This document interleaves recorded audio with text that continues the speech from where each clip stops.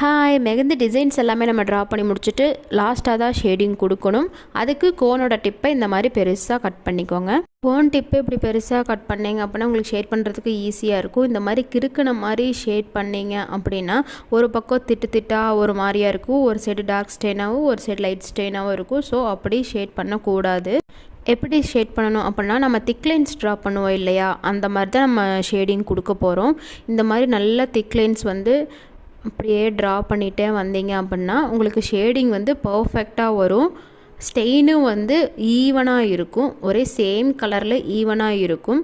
So இந்த மாதிரி தான் நம்ம எப்பயுமே ஷேடிங் கொடுக்கணும்.